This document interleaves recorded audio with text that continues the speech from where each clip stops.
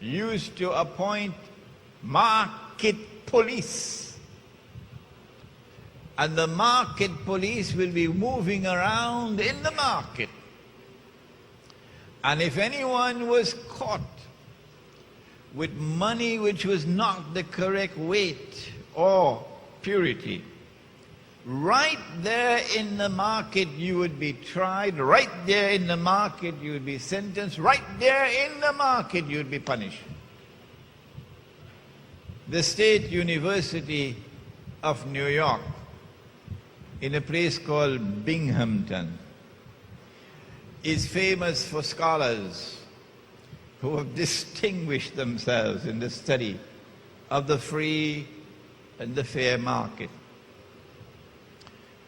And they have come to the conclusion that the last free and fair market that the world ever experienced was the market of the Ottoman Islamic Empire.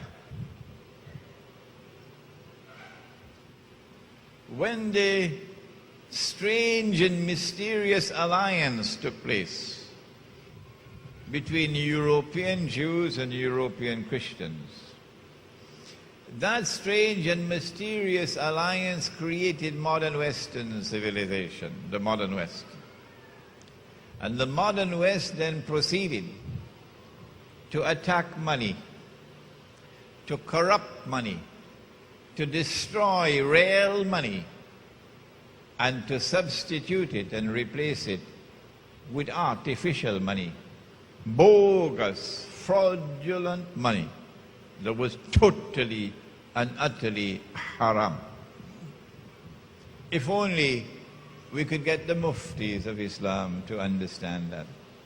They listen to me, but it goes through one ear and it goes out through the other. They've been listening to me for years now, and they're saying, no, Imran is wrong. Imran is wrong. What they did was to remove gold and silver from the market and to eventually impose upon mankind a law prohibiting the use of gold as money. You probably, some of you hearing this for the first time, that it is now prohibited by international law to use a gold dinar as money. But Allah and His Messenger have ordained as money. They began the process of corrupting money with the creation of the Bank of England at the end of the 17th century. We cannot today give you the history. It's a very interesting history of the stages through which they went through, but Dajjal works carefully, inch by inch. And he does not want your eyes to open to understand what he is doing.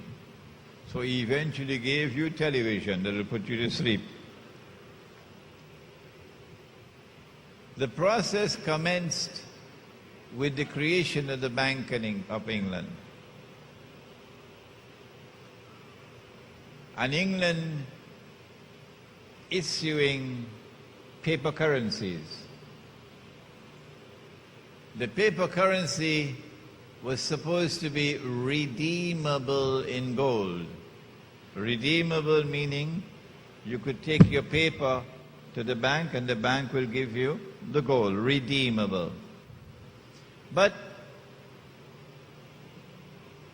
you are setting up people to rip them off, because you issue more paper than you have gold. And when they realize that and they rush to get back their gold, all fall down. And so they are ripped off.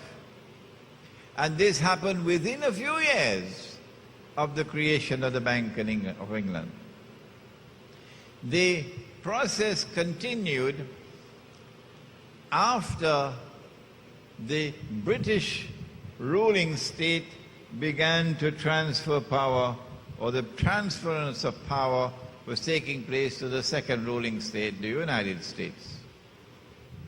The US dollar is redeemable in gold at 20 US dollars for 1 ounce of gold.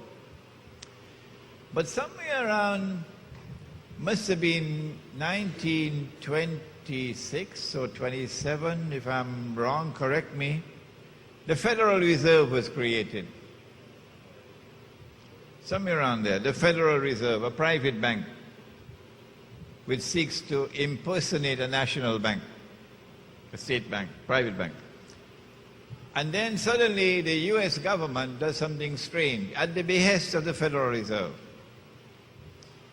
In April of 1931, most Americans don't know this.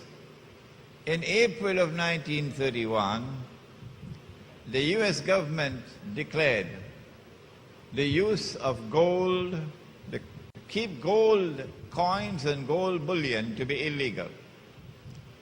In other words, they demonetized gold.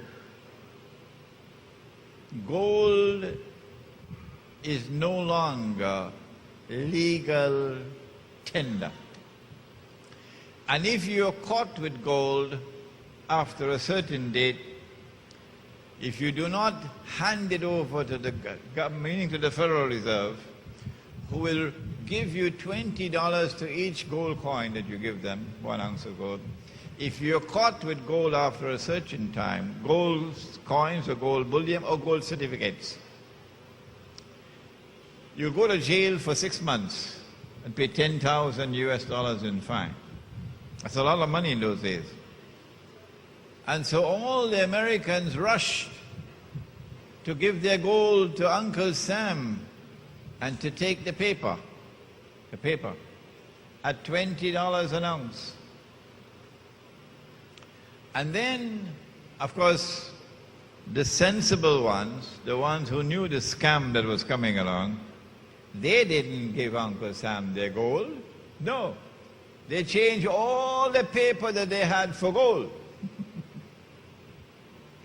And then they shipped the gold to Switzerland, outside of Uncle Sam's reach, because they knew what's coming. And this is why today, you see all around the United States, people wanted to buy gold, because they know what's coming. In January of 1934, the US government, at the behest of the Federal Reserve, now remonetizes gold. It cancels the legislation. You can now come back and buy back your gold from Uncle Sam. But Uncle Sam changed the value of his paper. His paper was $20 to 1 ounce of gold. And Uncle Sam decided from this day it'll now be 35. 35. I'm telling you this story so you could understand what Allah is saying in the Quran when He said, وَلَا تَبْخَسُ النَّاسَ أَشْيَاءَهُمْ. And He said it 3 times in the Quran. So we rushed to buy back our gold from Uncle Sam. And we paid him $35 an ounce. After the American people had bought back their gold, Uncle Sam was left with 41% of the wealth of the country in his pocket. By the simple expedient of devaluing the money, by the simple expedient of devaluing the paper, the American government ripped off the American people to the tune of 41% of their wealth.